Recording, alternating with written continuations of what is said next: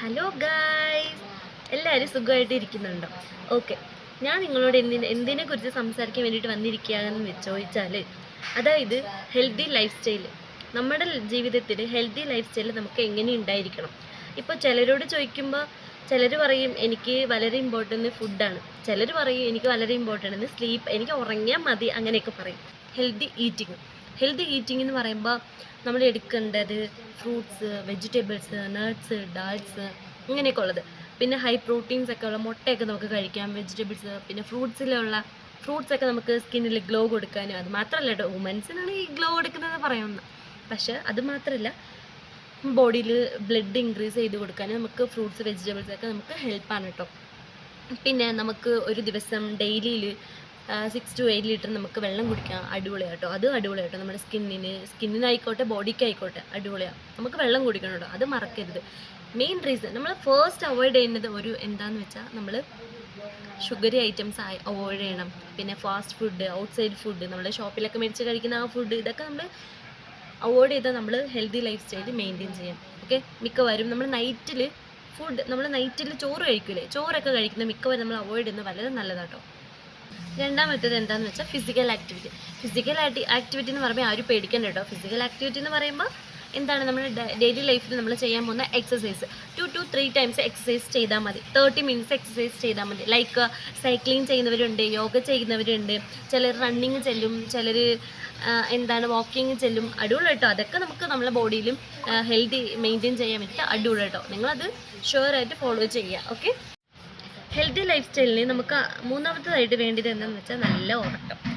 എനിക്കൊക്കെ ഉറക്കമില്ലാതെ ഞാനിവിടെ കഷ്ടപ്പെടുന്നുണ്ട് കേട്ടോ. ഉറക്കമാണ് വളരെ important in healthy life style. Okay, അപ്പോൾ നമ്മൾ എന്താ ചെയ്യുക, 7 to 8 hours നമ്മൾ നൈറ്റിൽ ഉറങ്ങണം.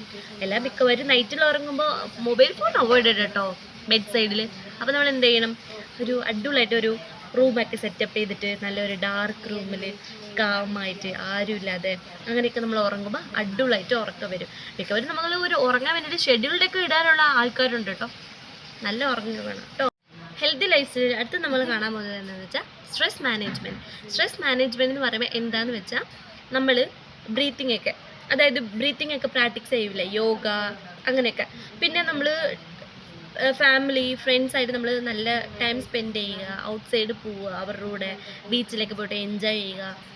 നമ്മൾ മിക്കവാറും അവോയ്ഡ് ചെയ്ത് നമ്മുടെ ഓവർ തിങ്കിങ്, അയ്യോ ഇങ്ങനെ ആവും അങ്ങനെയൊക്കെ നമ്മൾ ഓവർ തിങ്ക് ചെയ്യുമ്പോൾ നമുക്ക് സ്ട്രെസ്സ് വളരെ കൂടും. അപ്പോൾ സ്ട്രെസ്സ് നമുക്ക് വളരെ കൂടുമ്പോൾ രോഗങ്ങൾ വരാനുള്ള ചാൻസസ് ഉണ്ട്, സ്ട്രെസ്സ് കൂടുമ്പോൾ. ഓക്കെ, സോ നമ്മൾ വളരെ അവോയ്ഡ് ചെയ്യുന്നത്, സ്ട്രെസ് നമ്മൾ അവോയ്ഡ് ചെയ്യണം. അതിന് നമ്മൾ എന്താ ചെയ്യുക, ഫ്രണ്ട്സായിട്ട് ടൈം സ്പെൻഡ് ചെയ്യുക, ഔട്ട്സൈഡ് പോവുക, നല്ല പീസ്ഫുള്ളായിട്ട് ഒരു ലൈഫ് നമ്മൾ ജീവിക്കുക. ഓക്കെ, അടുത്തതായിട്ട് അവോയ്ഡ് ഹാംഫുൾ ഹാബിറ്റ്സ് എന്ന് പറഞ്ഞാൽ ആരും പേടിക്കണ്ടൊക്കെയുണ്ട് കേട്ടോ.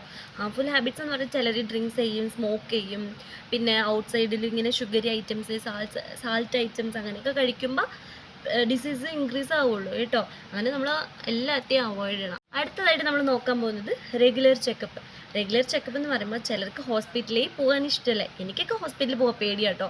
എനിക്ക് ഇഞ്ചക്ഷൻ എന്ന് പറയുമ്പോൾ തന്നെ ഞാൻ പേടിക്കും. ഇപ്പോഴും നിങ്ങൾക്കൊരു കാര്യം അറിയാമോ, ഞാൻ ഇപ്പോഴും മൂത്രമൊഴിക്കാൻ എൻ്റെ അമ്മയെ കൊണ്ടിക്കൊണ്ട് പോകുന്നത്. എല്ലാം വിചാരിക്കണ്ട കേട്ടോ, ഞാനിപ്പോൾ നേഴ്സാണ്. പക്ഷേ എന്തായാലും എനിക്കിങ്ങനെ പേഴ്സണലായിട്ടുണ്ടല്ലോ, അതുപോലെ തന്നെ കാണും. അപ്പം എന്താ ചെയ്യുക, റെഗുലർ ചെക്കപ്പ് മസ്റ്റ് നീഡാണ്. എന്തിനാണ്, നമ്മുടെ ബോഡിയിൽ BP കൺട്രോളായിരിക്കണം, ഷുഗർ കൺട്രോളായിരിക്കണം.